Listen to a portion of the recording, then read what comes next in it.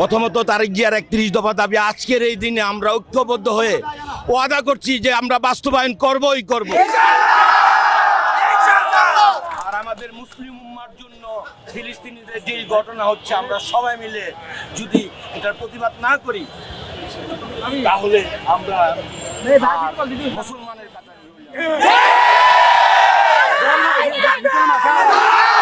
নারায়ণগঞ্জের মাটির মানুষের নেতা জাকির খান দীর্ঘ 22 বছর পর নারায়ণগঞ্জে পদার্পণ করছে। ওনার নামের যতগুলি মিথ্যে মামলা এবং ষড়যন্ত্রমূলক মামলা ছিল সকল মামলাতে খালাস পেয়ে এবং ওনার কারা মুক্তি শেষে আজকে উনি এই জনগণের মাঝে ফিরে আসছে।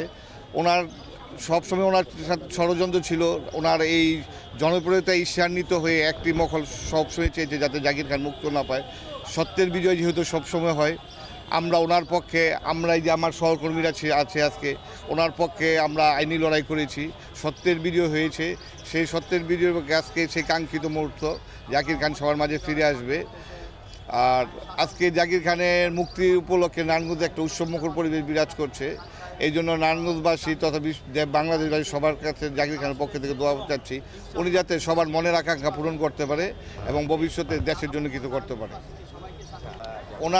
ওনার নামে মোট 33টা মামলা ছিল, উনি সবগুলি মামলা থেকে খালাস পেয়েছেন। আজকে সর্বশেষ যে 97 সালের একটা চাঁদাবাজির মামলা ছিল ওই মামলাটা থেকে আজকে মুক্ত হয়ে ওনার নামে আর কোনো মামলা মোকদ্দমা নেই। উনি সকল মামলা থেকে মুক্তি পেয়েছে এবং সকল মিথ্যে মামলা থেকে উনি ষড়যন্ত্রমূলক মামলা থেকে মুক্তি পেয়েছে।